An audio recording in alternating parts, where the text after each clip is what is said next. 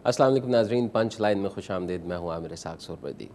पाकिस्तान के शुमाली इलाके ख़ास तौर पे सवात, बुनीर और लोअर दीर में पाक फ़ौज का ऑपरेशन चल रहा है। इस ऑपरेशन का बुनियादी मकसद इस इलाके को अस्करियत पसंदों से खाली कराना है, और वो अस्करियत पसंद जो एक तवील अरसे से जिन्होंने इस इलाके में मजबूत पनागाहें बना रखी हैं। इस ऑपरेशन का एक मुस्बत पहलू तो ये है कि इस अस्करियत पसंदी के ख़ात्मे से बराह रास्त पाकिस्तान का न सिर्फ इमेज बेहतर होगा, बल्कि पाकिस्तान की अंदरूनी सतह पर जो दहशत गर्दी का पाकिस्तान शिकार है उससे भी पाकिस्तान को निजात मिल जाएगी। लेकिन इसके साथ साथ एक अलमनाक पहलू ये रूनमा हुआ है कि इन तमाम इलाकों से मास माइग्रेशन हुई है। अब तक जो आदाद शुमार सामने आए हैं उस हवाले से 13 लाख से ज़ायद लोग डिस्प्लेस हो चुके हैं, यानी एक बहुत बड़ा महाजरीन का अलमिया जन्म ले चुका है। इन लोगों की रिलीफ के लिए कोशिशें तो की जा रही हैं, लेकिन अचानक 13 लाख लोगों का एक जगह से दूसरी जगहों पर मुंतकिल हो जाना और उस टास्क की निगरानी करना भी एक मुश्किल काम है।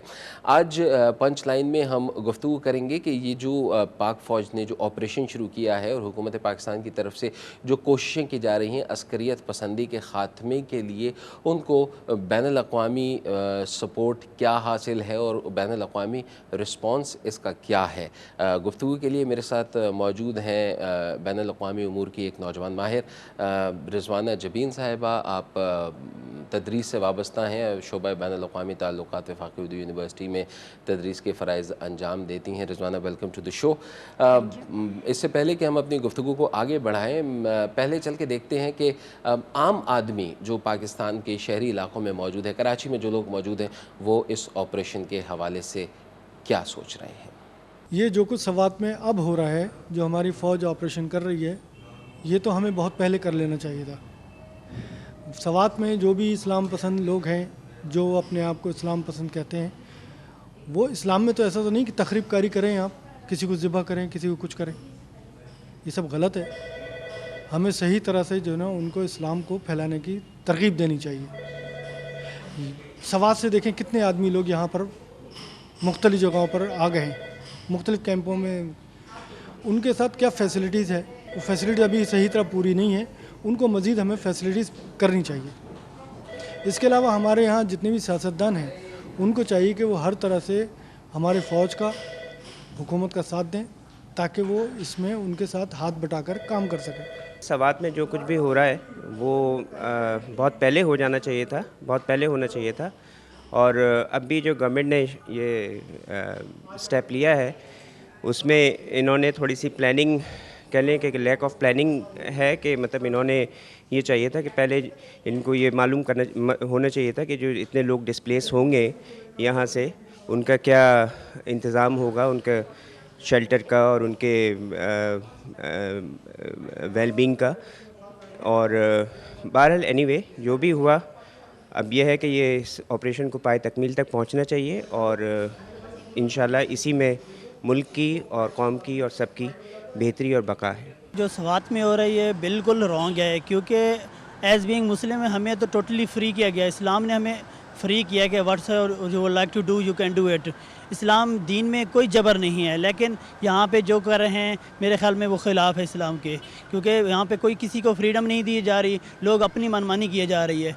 इसके हमारा मज़हब इसकी तो बिल्कुल इजाज़त नहीं देगा कि ज़मीन पे आप क्या कहते हैं फ़साद फैलाएं और क्या कहते हैं एक दूसरे को मारें और आपस में एक दूसरे को से लड़ाई झगड़ा करें। बच्चे मर रहे हैं, इस तरह से लोग भूखे मर रहे हैं, नकल मकानी कर रहे हैं। किस तरह से मुल्क की हालत ख़राब हो रही है और उसकी मईशत तबाह हो रही है। इस तरह लाखों इमलाक और क्या क्या कुछ ख़राब नहीं हो रहा। अब खुद सोचें। इस तरह की ये दहशतगर्दी इस्लाम में कभी कहीं भी नहीं है, और ना इसकी इजाज़त हमें ना इस्लाम देता है ना कोई और मज़हब देता है। ये तो अपनी मर्ज़ी मुसल्लत करना चाहते हैं, जो कि कभी भी नहीं हुआ। हमारे रसूलुल्लाह ने भी हमारे कभी इस तरह की अपनी मर्ज़ी मुसल्लत नहीं की है। उन्होंने भी जब फ़तह मक्का किया तो दुश्मनों को माफ़ कर दिया, बल्कि ना कि ये कहा कि अबू जहल के घर में जो पनाह लेगा वो भी माफ़ी का हकदार है। वहाँ पर जो लोग जो वहाँ से निकल गए हैं, वहाँ उनके साथ रहम दिली होने चाहिए और सब कोऑपरेट करना चाहिए, और पाकिस्तानियों को ख़ास तौर पर।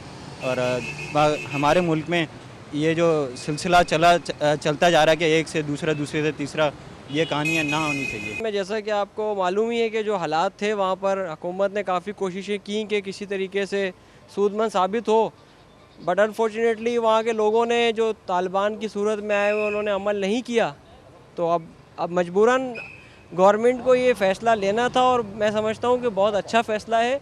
आवाम की इस वक्त गवर्नमेंट पूरे तौर पे नुमाइंदगी कर रही है और हम सबको चाहिए कि हम अपना पाक फ़ौज का साथ दें और उनके हक़ में ज़्यादा से ज़्यादा हम रैलीज़ निकालें और यकजहती का वक्त है, हम सब को मिल के इस वक्त गवर्नमेंट का और फ़ौज को सपोर्ट करनी चाहिए। नाज़रीन, आपने पब्लिक कमेंट्स देखे और इन पब्लिक कमेंट्स में आपने देखा कि लोगों की अक्सरियत जो है वो ये चाहती है कि इंतहा पसंदी का ख़ात्मा हो, अस्करियत पसंदी का ख़ात्मा हो, तालिबानाइजेशन ना हो और वो लोग जो मज़हब के नाम पर मुख्तलिफ़ अपने ज़ाती ख़यालात को पूरी कौम पर मुंज़बित करना चाह रहे हैं, उनको रोका जा सके।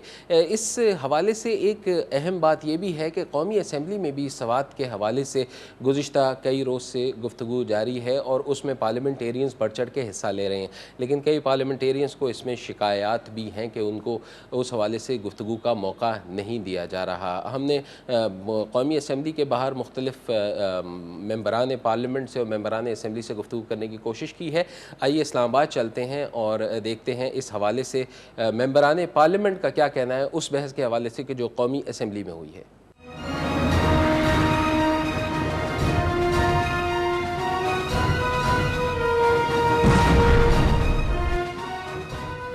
मैं समझता हूं कि ये बहुत आम सवाल है और हमने इस पर हमारी पार्टी ने मीटिंग भी 2 दिन से इस पर सोचकर बड़ी संजीदगी से, और ये बहुत मैं समझता हूं कि गलत हुआ है।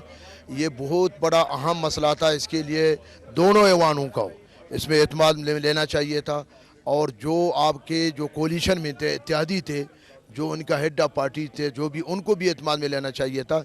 लेकिन हमें अफसोस है कि अभी तक जमीयत उलमा इस्लाम के हमारे मौलाना फजल रहमान या किसी भी आदमी को एतमाद में नहीं लिया गया है।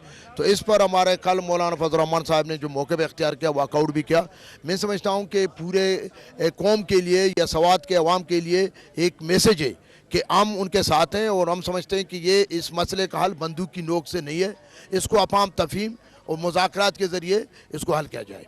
जब आप किसी चीज़ के बारे में पूछेंगे या कोई हालात मालूम करेंगे या इसके लिए कोई तजावीज़ देंगे या कोई हल वगैरह जो सोचेंगे या देंगे, तो आपको चाहिए कि वहाँ के इलाके, उस इलाके से किसी से पूछ ले कि भाई आपके इलाके में क्या हो रहा है और क्या होना चाहिए।